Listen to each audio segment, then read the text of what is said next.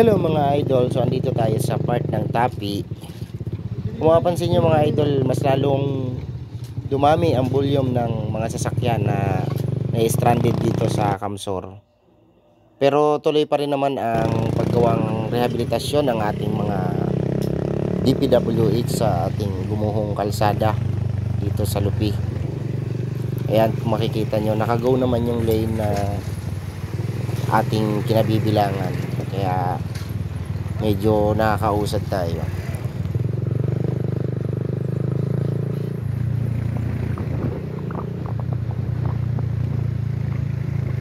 Nagsimpo, nagagaw. Binas-binas man.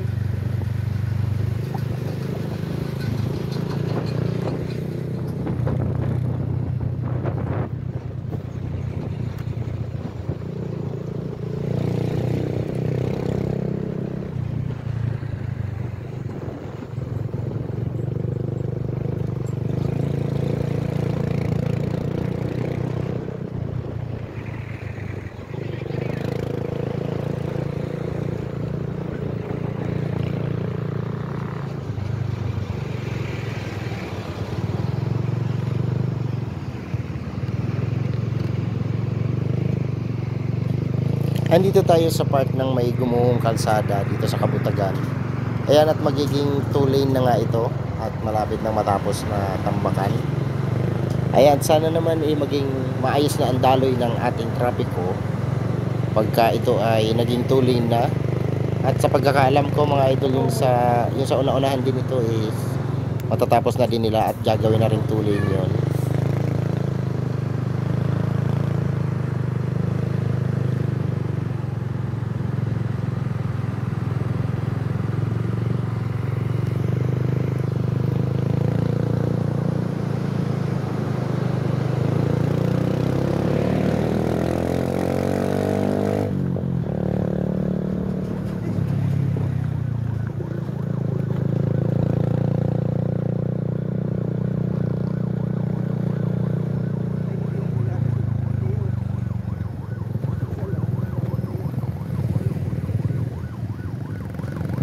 Naka-stop.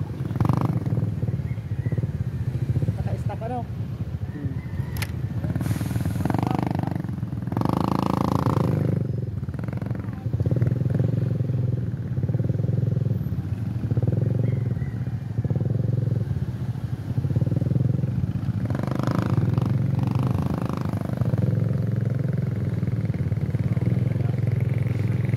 Ano yan? Nakautang ko rin truck.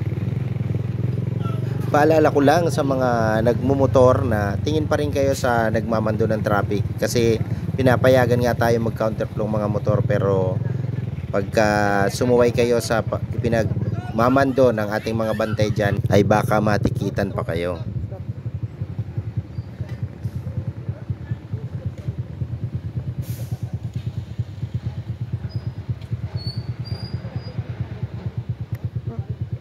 Sorry. Stop lang dahil. Bayan tayo. Kasi ulit. Ulit ko lang.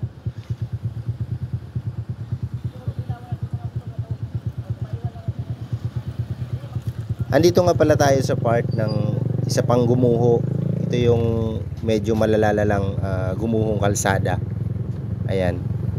So ito ay malapit na rin matapos tambakan at baka gawin na rin nila itong 2 lane.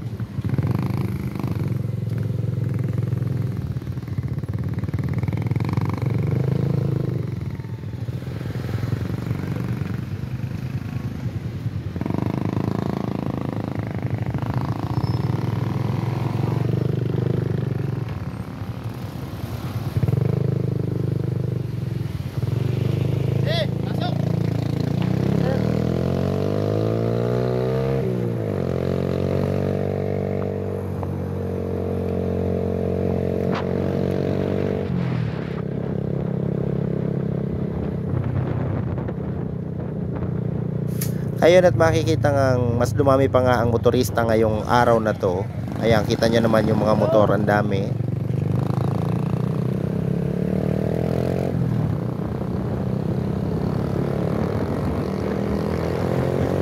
Sa mga motor naman na nagka-counterflow, wag po tayo masyadong madikit doon sa mga na-stranded na sasakyan kasi bigla-bigla na lang may sumusulpot dyan at baka tayo'y madisgrasya pa o kaya makadisgrasya.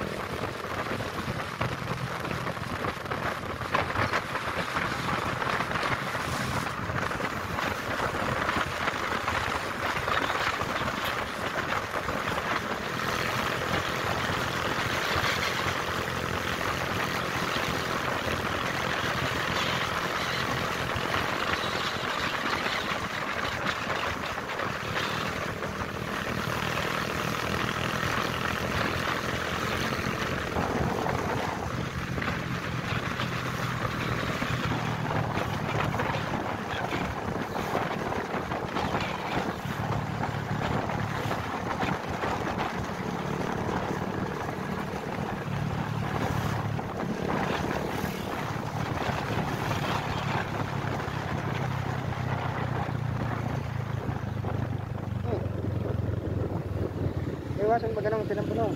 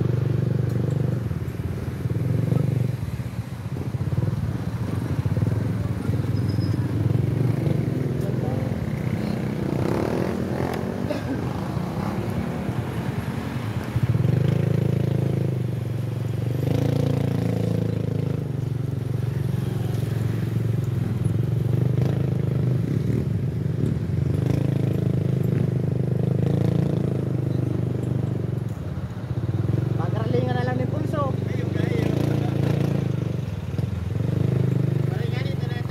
Iyo, naka-go. Oo.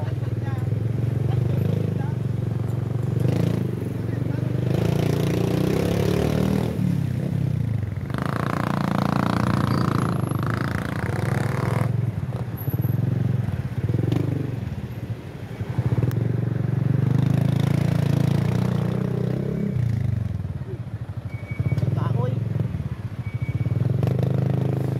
So yun lang muna ang update natin ngayon sa traffic ngayong December 22, 2024. Ayun mga idol, at hanggang sa muli. Peace out.